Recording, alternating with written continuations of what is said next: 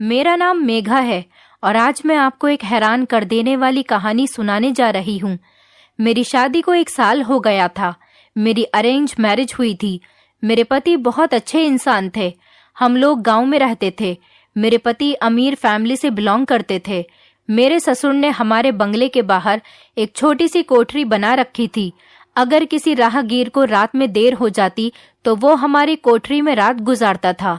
मेरे ससुर ने कोठरी के बाहर एक बड़ा सा बोर्ड भी लगाया हुआ था जिस पर लिखा होता था कि किसी राहगीर को अगर इस कोठरी की जरूरत है तो वो हमारी कोठरी में रुककर रात भर आराम कर सकता है। हमारे अपने गांव के लोगों के लिए ये स्कीम बिल्कुल फ्री थी और कोई दूसरे गांव का इंसान अगर आ जाता था तो उसके लिए किराया था, लेकिन किराया बहुत कम था और दूसरे गांव के राहगीर को खाना भी दिया जाता था। जब मैं अपने मायके जाती तो मेरी भाभी रात को फोन पर बात कर रही होती थी और कहती कि उस बूढ़े की कोठरी ने तो कमाल कर दिया, किसी को भी शक नहीं होता। अपनी भाभी की ये बातें सुनकर तो मेरा शरीर कांपने लगता था। अगले ही दिन मैंने रूप बदलकर अपनी भाभी का पीछा किया तो मेरे रोंगटे खड़े हो गए थे कि मेरी भाभी उसी कोठरी में दाखिल हो गई। जब मैंने दरवाजा खोला तो मेरे रोंगटे खड़े हो गए, क्योंकि मेरी भाभी के साथ तो मेरी ससुराल में मेरे पति, जेठ और ससुर ही रहते थे, जबकि मेरे ससुराल में मेरे अलावा कोई औरत नहीं थी, क्योंकि मेरी जेठानी की कैंसर की वजह से मौत हो गई थी और उसके बाद मेरे जेठ ने दूसरी शादी नहीं की थी, जबकि उनकी ज्यादा उम्र भी नहीं हुई थी। वो देखने में काफी स्मार्ट और हैंडसम थे। मेरी सास तो काफी सालों पहले ही मर गई थी और मेरे ससुर काफी बूढ़े हो गए थे। मेरे ससुर के 2 ही बेटे थे, कोई बेटी नहीं थी। वो मुझे हमेशा अपनी बेटी की तरह ही समझते थे। पूरे बंगले में मेरा ही राज रहता था। मैं अपने बूढ़े ससुर और जेठ की बहुत इज्जत करती और उनका ख्याल रखती थी। वैसे तो मेरे ससुराल में काफी सारे नौकर चाकर भी लगे हुए थे, लेकिन फिर भी मैं अपने ससुर और जेठ से तारीफ हासिल करने का कोई मौका नहीं छोड़ती थी। मेरे ससुर तो बहुत अच्छे इंसान थे और मेरे जेठ भी बिल्कुल अपने पिता की तरह ही सिंपल जिंदगी गुजार रहे थे। मुझे अपनी ससुराल में किसी तरह की कोई परेशानी नहीं थी, जबकि मैं एक गरीब परिवार से ताल्लुक रखने वाली लड़की थी। मेरे पिता बहुत गरीब थे। मेरे पिता हमेशा बीमार रहते थे। मुझसे बड़े मेरे एक भैया हैं जिनकी शादी हो चुकी है। हम सिर्फ 2 ही भाई बहन थे। मेरे मायके में परेशानियां तो बहुत थीं, लेकिन भैया की कमाई से गुजर बसर हो जाता था, क्योंकि मेरे पिता तो बीमार रहते थे, इसलिए कोई कामकाज नहीं कर सकते थे। लेकिन मुझे ससुराल तो बहुत अच्छी मिली थी, जहाँ पर मेरे मजे ही मजे थे। मेरे ससुर हर काम में मुझसे राय मशवरा लिया करते थे। मेरी राय के बिना घर में कोई काम नहीं होता था। मेरे ससुर रोजाना मंदिर भी जाते थे और 11 बजे के बाद हमारे घर के गेट पर कुर्सी रखकर बैठ जाते थे और बाहर आने जाने वाले लोगों को पकड़कर अपने पास बैठा लेते थे। उनसे खूब बातें किया करते थे। उनकी ये हरकत मुझे बिल्कुल भी अच्छी नहीं लगती थी। मुझे लगता था कि लोग यही सोचेंगे कि बहू अपने ससुर का ख्याल नहीं रखती, तभी तो ससुर सुबह 11 बजे से लेकर शाम के 4 बजे तक कुर्सी डालकर बंगले के दरवाजे के आगे ही बैठा रहता है। लोग सिर्फ मेरे बारे में ही बातें करेंगे, तो इसीलिए मुझे उनकी ये आदत बिल्कुल भी पसंद नहीं थी। मैंने उनको ऐसा करने के लिए कई बार मना किया था, मगर वो हर बार मुस्कुराकर मेरी बात को टाल दिया करते थे। मैं कहती कि बाबूजी, मुझे अच्छा नहीं लगता, आप इस तरह से दरवाजे के आगे बैठ जाते हो, जबकि आप कितने अमीर इंसान हो। आप चाहो तो अपने घर की बैठक में भी बैठ सकते हो और लोगों को अपने घर की बैठक में ही बुला सकते हो, लेकिन आप इस तरह से दरवाजे में कुर्सी रखकर बैठ जाते हो तो आते जाते लोग क्या कहेंगे कि मैंने आपको ऐसा करने पर मजबूर किया है। मेरे ससुर ने कभी मुझ पर किसी तरह की कोई भी पाबंदी नहीं लगाई थी और ना ही मेरे पति ने मुझ पर कोई पाबंदी लगाई थी। इसलिए मैं बिना घूंघट किए ही घर के दरवाजे तक पहुंचकर अपने ससुर को चाय देने चली गई थी। तभी मैं उनसे ये बात कह ही रही थी, मेरे ससुर ने कहा, बेटी, सब जानते हैं कि मेरे घर में बहू नहीं बल्कि बेटी है और मैं अपनी बेटी की सबसे तारीफ करता हूँ। भला कभी बेटियां भी बाप को घर से बाहर निकालती हैं? चाय हाथ में लेकर वो घर के अंदर आ गए थे और मेरे सर पर हाथ रखकर मुझे आशीर्वाद देने लगे। मेरी आंखों में भी आंसू आ गए थे। मैं अपने आप को बहुत ज्यादा लकी समझती थी कि मुझे पिता की तरह प्यार करने वाले ससुर मिले थे और इतना अच्छा ससुराल मिला था कि शायद मैंने कभी सपने में भी नहीं सोचा था। मेरे ससुर जब भी मुझसे ऐसी बातें किया करते थे, मैं इमोशनल हो जाती थी और यही समझाते थे कि मेघा बेटी, लोगों का काम तो बातें बनाना ही होता है, हम लोगों का मुंह नहीं रोक सकते। अगर लोगों को बुराई करनी ही होगी तो वो किसी न किसी बहाने कर ही लेंगे। अब इसमें तुम मुझे बाहर बैठने की परमिशन दो या ना दो, ये इतना जरूरी नहीं। इसलिए छोड़ो तुम इन बातों को और जाकर शाम के खाने की तैयारी करो। गांव के कुछ बड़े लोग हमारे घर शाम को खाने पर आ रहे हैं। एक बार फिर से मेरे ससुर मुझे आशीर्वाद देकर आगे बढ़ गए थे। वो बाहर निकले तो मैं किचन में नौकरों को शाम के खाने के बारे में बताने के लिए चली गई। मैं मन ही मन खुश हो रही थी कि सच में मुझे यकीन नहीं आता था कि मैं इस घर की मालकिन हूँ और मेरे साथ यहाँ पर बिल्कुल रानियों जैसा व्यवहार किया जाता है। मेरा मायका हमारे गांव में ही था, ज्यादा दूर नहीं था। मैं जल्दी जल्दी अपने पिता की तबीयत देखने के लिए अपने मायके जाती रहती थी। जिस टाइम भी फ्री होती उसी टाइम अपने मायके चली जाती और अपने पिताजी के खाने के लिए थोड़े बहुत फ्रूट्स भी ले जाती थी। मेरी माँ भी बहुत बूढ़ी हो चुकी थी। मेरे भैया रोज सुबह खेती करने के लिए घर से निकलते तो रात को ही आते थे।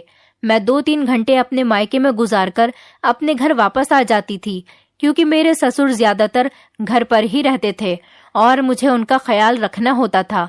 इसलिए मैं जल्द ही अपने घर को वापस लौट आती थी। मेरे ससुराल में कोई औरत नहीं थी, इसी वजह से मैं कभी एक दिन से ज्यादा अपने मायके में नहीं रुकी थी और शाम तक मेरे पति भी घर पर वापस लौट आते थे और मेरे जेठ भी। उसके बाद हम सब लोग एक साथ मिलकर खाना खाते थे। सारा दिन मुझे थकान का एहसास भी नहीं होता था, क्योंकि मेरा काम सिर्फ नौकरों को ऑर्डर देना होता था और अपनी निगरानी में उनसे काम करवाना होता था। मेरे पति भी मुझसे बहुत ज्यादा प्यार किया करते थे। सुना था कि जितना प्यार मेरे पति मुझसे करते हैं, इतना ही प्यार मेरे जेठ भी अपनी पत्नी को किया करते थे। उनकी बीमारी ऐसी थी कि उनका इलाज कराने के बावजूद भी वो नहीं बच सकी थी। लेकिन मैं देख रही थी कि कुछ दिनों से मेरे जेठ का बिहेवियर घर के लोगों के साथ काफी बदला हुआ सा था। मेरे जेठ मेरे साथ घर के फैसलों को लेकर बात कर लिया करते थे और उन्हें कोई काम होता तो उसके बारे में भी मुझे बता दिया करते थे। मेरे ससुर जब भी उनसे किसी बात पर कोई बात करने की कोशिश करते तो उनका मूड एकदम से चेंज हो जाता था और ऐसा लगता था जैसे वो बहुत ज्यादा गुस्से में है। वैसे तो वो ज्यादातर सीरियस ही रहते थे, लेकिन अब कुछ ज्यादा ही गुस्सा करने लगे थे। इसलिए मैंने तो डर के मारे उनसे बोलना ही कम कर दिया था और मेरे ससुर भी यही सोचते रहते थे कि उनके बड़े बेटे को क्या हो गया है और वो भी उनसे कम ही बात किया करते थे। मेरे ससुर ने अच्छाई की वजह से अपने बंगले के बाहर एक कोठरी बना रखी थी। जिस किसी राहगीर को रात के सफर में देर हो जाती थी तो वो कोठरी में रात गुजार सकता था और कोई कोई इंसान तो किराया भी दे जाता था। सब लोगों ने मेरे ससुर के इस काम पर बहुत तारीफ की थी, क्योंकि वो ये काम सिर्फ लोगों की भलाई के लिए ही कर रहे थे। एक दिन मैं अपने मायके गई तो रास्ते में मुझे गांव के कुछ लोग मिल गए थे जो मेरे ससुर की बहुत तारीफ कर रहे थे और एक बूढ़ी औरत थी जिन्होंने मेरे सर पर हाथ रखकर मुझे आशीर्वाद दिया और मेरे ससुर की तारीफ करनी शुरू कर दी। कहने लगी, बेटी, तुम्हारे ससुर तो बहुत अच्छे इंसान हैं। भगवान ने तुम्हें बहुत अच्छी ससुराल और ससुर दिए हैं। मुझे पता था कि वो बिल्कुल सही कह रही हैं।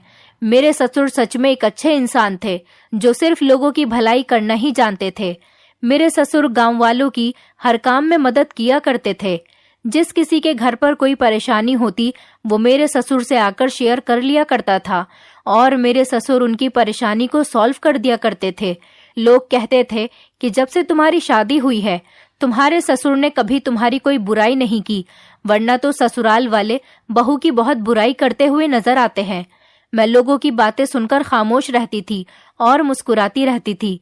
लोग मुंह भर भर के मेरे ससुर और ससुराल वालों की तारीफ किया करते थे।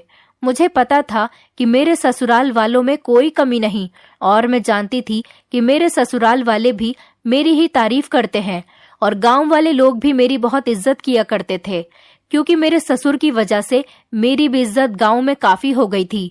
मैं रोज अपने मायके जाती तो लोग किसी न किसी बहाने से मुझसे बातें करने की कोशिश किया करते थे और मेरी खूबसूरती की भी तारीफ किया करते थे। मैं जब अपने मायके आ गई तो मेरे पति शहर किसी काम के लिए बाहर गए हुए थे, तो मैं अपने ससुर से परमिशन लेकर आज अपने मायके में रात गुजारने के लिए आ गई थी, क्योंकि शादी से लेकर अब तक पहली बार ऐसा हुआ था कि मेरे पति गांव से बाहर काम करने के लिए गए थे। मैं रात अपने कमरे में अकेले नहीं गुजार सकती थी, इसलिए मैं अपने मायके आ गई थी। मायके आकर मैंने अपने माता पिता का आशीर्वाद लिया और अपने पिता के पास जाकर बैठ गई थी। मेरी भाभी की तबीयत ठीक नहीं थी, इसलिए मैंने घर का थोड़ा बहुत काम भी कर दिया था। साफ सफाई कर दी थी, झाड़ू बर्तन और बाद में खाना भी बना दिया था। मुझे घर का ज्यादा काम करने की आदत नहीं थी, क्योंकि मेरे घर में नौकर चाकर काम किया करते थे। लेकिन जब मैं अपने मायके आती थी तो अपनी भाभी और माँ की घर के कामों में हेल्प करवा दिया करती थी। मेरी माँ मेरे आ जाने से बहुत खुश हो जाती थी। आज भी वो मेरे आ जाने पर बहुत खुश नजर आ रही थी। और जब मैंने बताया कि आज रात मैं यहीं पर रुकूंगी तो मेरी माँ बहुत ज्यादा खुश हो गई थी। उनकी खुशी के ठिकाने ही नहीं थे। मेरी माँ मेरी तरफ से बहुत ज्यादा बेफिक्र रहती थी, क्योंकि मुझे बहुत अच्छी ससुराल मिली थी। माँ कहने लगी कि चलो अच्छी बात है, तुम्हें अपनी माँ के घर पर रुकने का टाइम तो मिला, वरना जब से तुम्हारी शादी हुई है तुम तो अपने ससुराल में ही रहती हो। मेरी बात पर माँ ने मुझे खुशी की वजह से गले लगा लिया और मुझे खूब सारा प्यार करने लगी। थोड़ी देर अपनी माँ से बातें करने के बाद मैं माँ से कहने लगी, माँ मुझे नींद आ रही है। माँ कहने लगी, चलो ठीक है, जाओ तुम अपने कमरे में जाकर सो जाओ, काफी रात हो गई है। भैया भी घर पर आ गए थे और वो भी मेरे आ जाने से बहुत खुश थे। मैं अपने कमरे में जाने के बजाय किचन की तरफ आ गई थी। किचन में मेरी भाभी चाय बना रही थी, क्योंकि मेरे भैया खाना खाने के बाद चाय पिया करते थे। भाभी ने मेरे लिए भी चाय बनाई थी और उसके बाद हम दोनों ने मिलकर एक साथ चाय पी और खूब सारी बातें भी की। भाभी के साथ बातों में मुझे टाइम का पता ही नहीं चला और हम दोनों खूब हंसी मजाक कर रहे थे। मैं मायके आकर इतनी ज्यादा बिजी हो जाती थी कि मुझे कुछ भी फालतू होने का टाइम ही नहीं होता था और मेरे दिमाग में किसी तरह का कोई सवाल भी नहीं होता था। मुझे रात के 2 बज गए थे और अभी तक मैं सो नहीं पाई थी और मेरी नींद भी अब उड़ गई थी। मुझे अपने कमरे में बहुत गर्मी लग रही थी, क्योंकि मेरे ससुराल में तो एसी लगा हुआ था, इसलिए मुझे अपनी ससुराल में सर्दी और गर्मी किसी चीज का एहसास नहीं होता था। मुझे गर्मी लग रही थी, इसीलिए मैंने सोचा कि मैं छत पर जाकर ठंडी हवा खा लेती हूँ। जैसे ही मैं छत की सीढ़ियों पर चढ़ी तो ये देखकर हैरान रह गई थी कि रात के 2 बजे के टाइम मेरी भाभी छत पर बैठी हुई थी और ना जाने वो इतनी रात में फोन पर किससे बातें कर रही थी। मैं उनको इस हालत में देखकर बड़ी हैरान हो गई थी।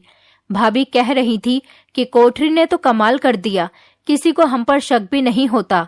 अपनी भाभी की ऐसी बातें सुनकर मेरा शरीर कांपने लगा था।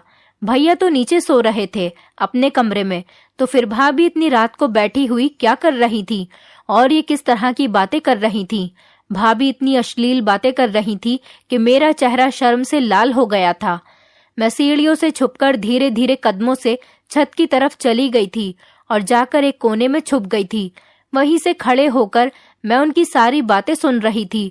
अंधेरा होने की वजह से भाभी मुझे देख नहीं पाई थी और उन्हें नहीं पता था कि कोई छत पर है और उनकी छुपकर सारी बातें सुन रहा है। भाभी की बातें सुनकर मैं शक में चली गई थी, क्योंकि इतनी रात को किसी से फोन पर बात करने का और छत पर आने का आखिर क्या मतलब हो सकता है। भैया कमरे में सो रहे थे, इसलिए मुझे इन बातों का मतलब समझने में देर नहीं लगी थी। लगभग 1 घंटा फोन पर बात करने के बाद वो अपने कमरे में जाकर सो गई थी, लेकिन उनकी बातें सुनने के बाद तो मैं दंग रह गई थी। मैं भी छत से नीचे उतरकर अपने कमरे में आ गई। उस रात के बाद मैं 2-3 दिन के लिए और अपने मायके में ही रुक गई। इन दिनों मैं हर रात अपनी भाभी की बातें सुनती और वो रोज भैया के सो जाने के बाद छत पर जाकर ही बात किया करती थी। और वो जिस तरह से बातें किया करती थी, मेरे दिल में अपनी भाभी के खिलाफ नफरत जागने लगी थी, क्योंकि वो मेरे भैया को धोखा दे रही थी। हर टाइम मैं इन्हीं बातों को सोच सोच कर खोई रहती थी और मौका ढूंढती रहती थी कि मैं भाभी का मोबाइल लेकर किसी तरह से उस शख्स का पता लगा सकूं जिससे वो बात करती है। वो आखिर कौन था जो मेरी भाभी से बातें किया करता था और जिससे मेरी भाभी इतने प्रेम भरी बातें किया करती थी। लेकिन मुझे शक होने लगा था कि शायद भाभी मुझसे बहुत सावधान रहने लगी है। वो अपने मोबाइल को हाथ तक नहीं लगाने देती थी और उनके मोबाइल में हमेशा उनका फिंगरप्रिंट लॉक लगा हुआ रहता था। 3 दिन रुकने के बाद मैं अपने घर वापस आ गई थी और घर आने के बाद भी मेरा ध्यान अपनी भाभी पर ही लगा रहता था। मुझे अपनी भाभी की अजीब अजीब सी हरकतें बिल्कुल भी अच्छी नहीं लग रही थीं। आखिर कहीं ना कहीं कुछ तो गड़बड़ थी, और क्या गड़बड़ थी मुझे इस बात का जरूर पता लगाना था। मैं जब भी अपने मायके जाती तो अपनी भाभी पर कड़ी नजर रखती थी। मैं जब भी अपनी भाभी को घर में देखती तो उन्हें गलत करने से रोकने की कोशिश किया करती थी, क्योंकि मैं नहीं चाहती थी कि मेरे भैया भाभी के बीच कभी दरार पैदा हो जाए। मैं चाहती थी कि वो जिससे भी बातें किया करती हैं उन सब बातों को छोड़कर वो अपनी गृहस्थी पर और अपने पति के साथ ही ध्यान दे। मैं चाहती थी कि मेरी भाभी संभल जाए। मैं अपने भैया भाभी को अलग होता हुआ नहीं देख सकती थी, लेकिन मैं ये नहीं जानती थी कि कौन सी भयानक हकीकत मेरे सामने आने वाली है। कुछ नहीं पता था कि मेरे भैया भाभी की जोड़ी को किसी की नजर लगने वाली है। घर की बहुओं की इज्जत भी उनके परिवार से जुड़ी हुई होती है, और मैं अपने मायके की इज्जत को खराब होते हुए नहीं देखना चाहती थी। बहुत जल्दी ही मैं उनका राज जानकर अपनी माँ को ये सबूत दिखाने का सोच रही थी। अगर मैं डायरेक्टली इस बारे में भैया से बात करती तो उन दोनों का रिश्ता खराब हो जाता। इसलिए मैं सबूत दिखाने के बाद माँ के थ्रू भाभी को समझाना चाहती थी, क्योंकि बिना सबूत के वो मेरे हाथ नहीं आने वाली थी। मैं दोबारा घर पर गई तो भाभी मुझसे बिल्कुल नॉर्मल तरीके से बातचीत कर रही थी। मुझे लगने लगा था कि कहीं ये मेरा वहम तो नहीं, शायद मैं इस बात को कुछ ज्यादा ही सीरियस ले रही हूँ। मैं अपनी भाभी को गलत कैसे समझ सकती हूँ? आखिरकार मेरे भैया और भाभी की शादी को 5 साल हो गए थे। मैंने आज तक कोई ऐसी हरकत नहीं देखी थी, तो फिर अब मेरे दिल में शक क्यों आ रहा था? हो सकता है कि शायद ये सब कुछ मेरे दिमाग का शक ही हो। भाभी मुझसे इतनी अच्छी आदत के साथ बात किया करती थी कि मैं उनकी सच्चाई जानते ही रुक जाती थी। ये बात सोचकर कि मेरी भाभी तो बहुत अच्छी है, मैं उनके साथ ऐसा कैसे कर सकती हूँ, और वो भी कुछ गलत कैसे कर सकती है? मैं अपने अंदर के शक को शांत कर लिया करती थी, लेकिन मैं खुद पर कंट्रोल नहीं कर पा रही थी, क्योंकि मेरा शक मुझसे ऊपर जा रहा था। लेकिन जब मैं घर पर आती तो इधर मेरे जेठ का मूड बहुत खराब होता था। एक तरफ मुझे इनकी टेंशन लगी रहती थी कि ना जाने मेरे जेठ को ऐसी कौन सी परेशानी होती है जिससे उनका मूड ऑफ रहता है। उनके तो चेहरे का भी रंग बदला बदला सा रहता था। एक दिन मेरे ससुर के बुलाने पर जब मैं अपने घर आई तो कुछ देर के बाद ही मेरे जेठ भी घर पर आ गए थे। मैंने महसूस किया कि वो बहुत थके हुए लग रहे थे। पहले तो कभी भी वो इस हालत में घर पर नहीं आए थे। वो घर आते ही खाना खाने के बाद सबसे पहले चाय पिया करते थे, लेकिन आज तो वो सीधा ही अपने कमरे में जा रहे थे। मैं हैरान थी कि पहले तो कभी भी ऐसा नहीं हुआ था कि वो ऐसे सबको इग्नोर करते हुए अपने कमरे में चले गए थे। पहले तो वो घर आते ही सबसे पहले अपने पिता और भाई के साथ बैठकर बातें किया करते थे और उसके बाद खाना खाते थे, लेकिन आज तो वो कुछ ज्यादा ही थके हुए महसूस हो रहे थे। वो बहुत अजीब सी हरकतें करने लगे थे। मुझे तो अपनी भाभी पर नजर रखनी थी, लेकिन इधर अपने जेठ की हरकतों से भी मैं परेशान रहने लगी थी, क्योंकि मेरे ससुर को भी हमेशा अपने बेटे की टेंशन लगी रहती थी। अब मैं कैसे सच का पता लगाती? मैंने सबसे पहले अपनी भाभी का राज जानने के लिए सोचा। ना जाने ये सब कुछ क्या हो रहा था। एक तरफ मेरे मायके में भाभी की बात मुझे बहुत टेंशन दे रही थी, और दूसरी तरफ मेरे ससुराल में मेरे जेठ का बिहेवियर जिसने मुझे बहुत परेशान किया हुआ था। मैंने सोच लिया था कि मेरी भाभी मेरे भैया के होते हुए अपनी जिंदगी में किसी और को जगह नहीं दे सकती, क्योंकि मेरे भैया उनसे बहुत ज्यादा मोहब्बत किया करते थे। इसलिए उनकी तरफ से तो मुझे बहुत ज्यादा टेंशन थी। मैं उनको कुछ भी गलत करने नहीं दे सकती थी। मेरे पति ने बताया कि आज फैक्ट्री में काम ज्यादा होने की वजह से भैया बहुत ज्यादा थक गए हैं। शायद इसी वजह से उनका बिहेवियर ऐसा हो रहा था। मेरे भैया बहुत सीधे आदमी थे। उन्होंने कभी अपनी पत्नी पर शक नहीं किया था, लेकिन इधर जब भाभी रात के 2 बजे छत पर जाकर किसी से फोन पर बातें किया करती थी तो भैया जाकर भी उनको नहीं देख सकते थे, क्योंकि उन्हें पता ही नहीं होता था कि भाभी फोन पर बातें कर रही है। अगले दिन मैंने फिर कोई बहाना बनाया और सोचा कि मैं एक रात और अपने मायके में रुककर आ जाऊं, ताकि भाभी को फोन पर बात करते हुए देखूं तो उनके हाथ से फोन खींच लूं, और मैंने ऐसा ही किया। मैं अपने पति से परमिशन लेकर एक रात के लिए अपने मायके में रुकने के लिए चली गई थी, और वहां पर आकर मैंने अपने प्लान के अकॉर्डिंग ही काम किया। जब भाभी किचन में खाना बना रही थी तब मैंने उनको बातों में लगा लिया और उनका मोबाइल एक साइड पर रखा हुआ था। वो मेरे सामने बहुत सावधानी से काम कर रही थी और बार बार उनकी नजर अपने मोबाइल पर ही जा रही थी। मैंने भाभी से अपने लिए चाय बनाने को कहा। उसके बाद मैंने भाभी से माँ को चाय देकर आने के लिए कहा। जैसे ही भाभी अपना मोबाइल छोड़कर चाय देने के लिए बाहर निकली तो मैंने उनके मोबाइल का लॉक खोलने की कोशिश की।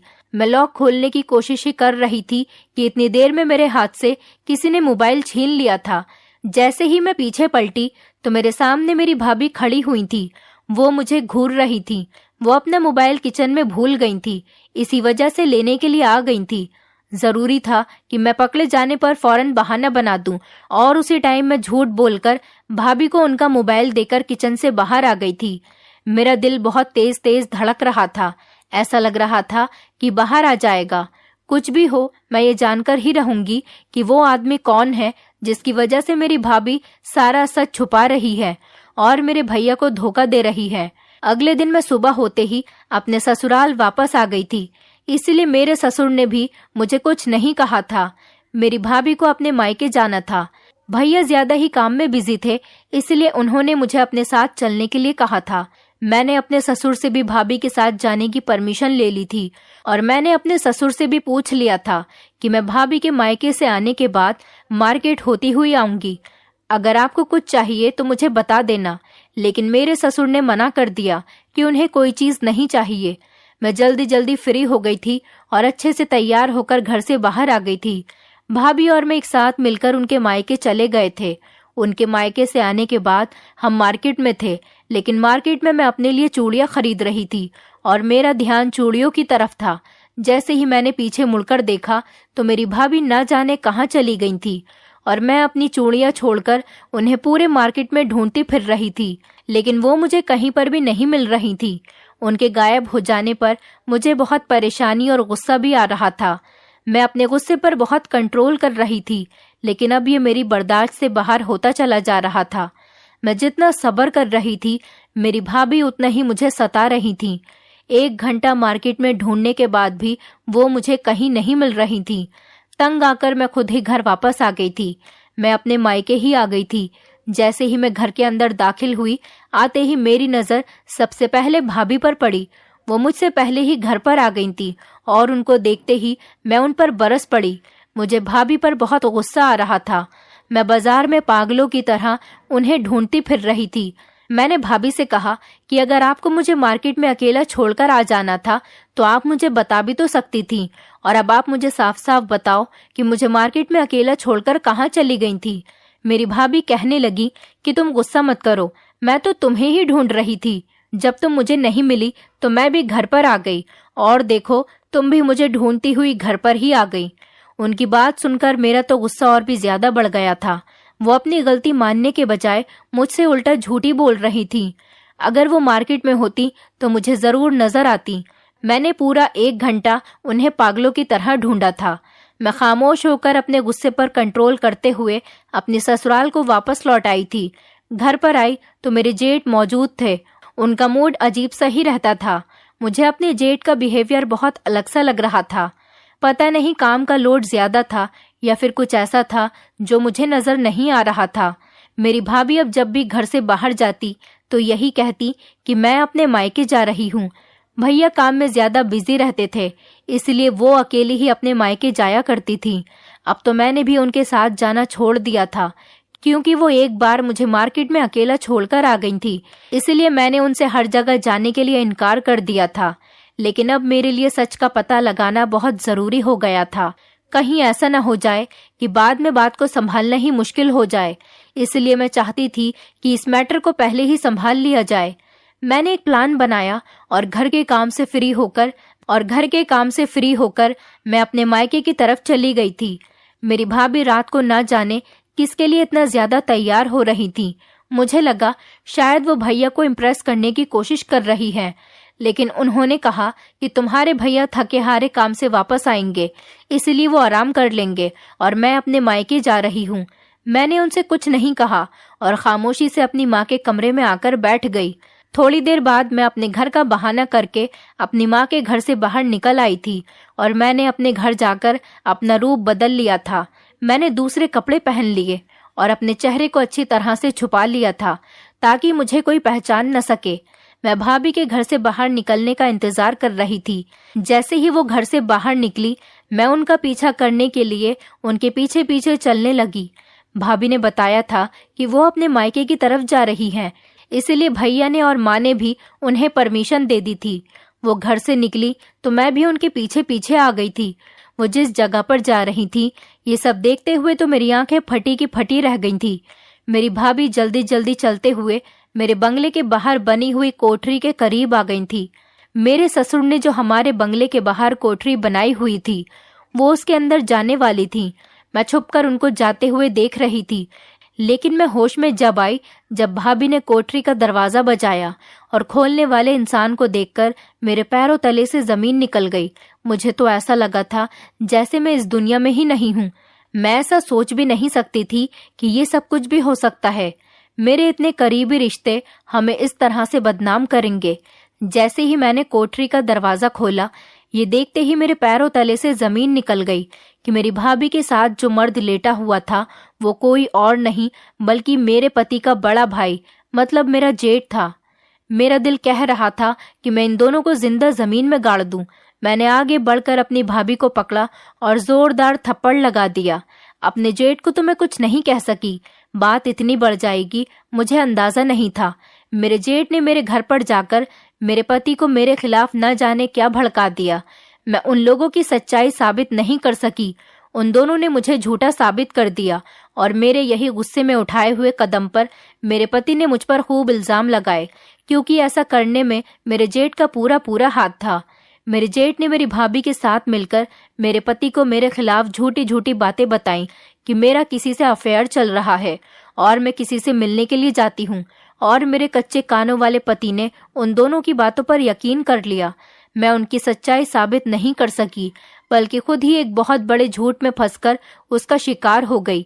मैंने अपने भैया और पति को बहुत यकीन दिलाने की कोशिश की, लेकिन किसी ने मेरी बात नहीं सुनी। मेरे ऊपर तो कयामत ही टूट पड़ी थी। मेरे पति ने मुझे घर से निकल जाने के लिए कह दिया था।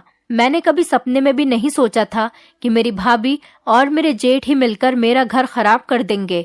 मैं बिल्कुल टूट चुकी थी और खामोशी से अपने मायके में आकर अपने जेठ और भाभी के झूठ बोलने पर बहुत रोई थी, और उधर अपने पति पर मुझे बहुत भरोसा था।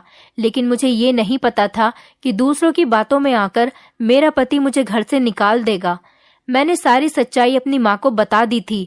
मेरी माँ को तो मेरी बात पर यकीन आ गया था, जबकि मेरे भैया अपनी पत्नी के धोखे में ही रहे थे। वो अपनी पत्नी को धोखेबाज नहीं समझ रहे थे, क्योंकि मेरे पास उन दोनों के खिलाफ कोई पुख्ता सबूत नहीं था। मैं बड़ी परेशान हो गई थी कि मैं क्या करूं। इधर इन दोनों की सच्चाई खोलने के चक्कर में मेरा अपना घर खराब हो गया था। मैं अपनी माँ के घर पर ही रह रही थी, और मेरी भाभी ने अब मेरे जेठ के सामने खुलेआम बातें करना शुरू कर दिया था। बल्कि उन्होंने तो मुझसे ये भी कहा कि तुम मेरी सच्चाई सबके सामने खोलना चाहती थी।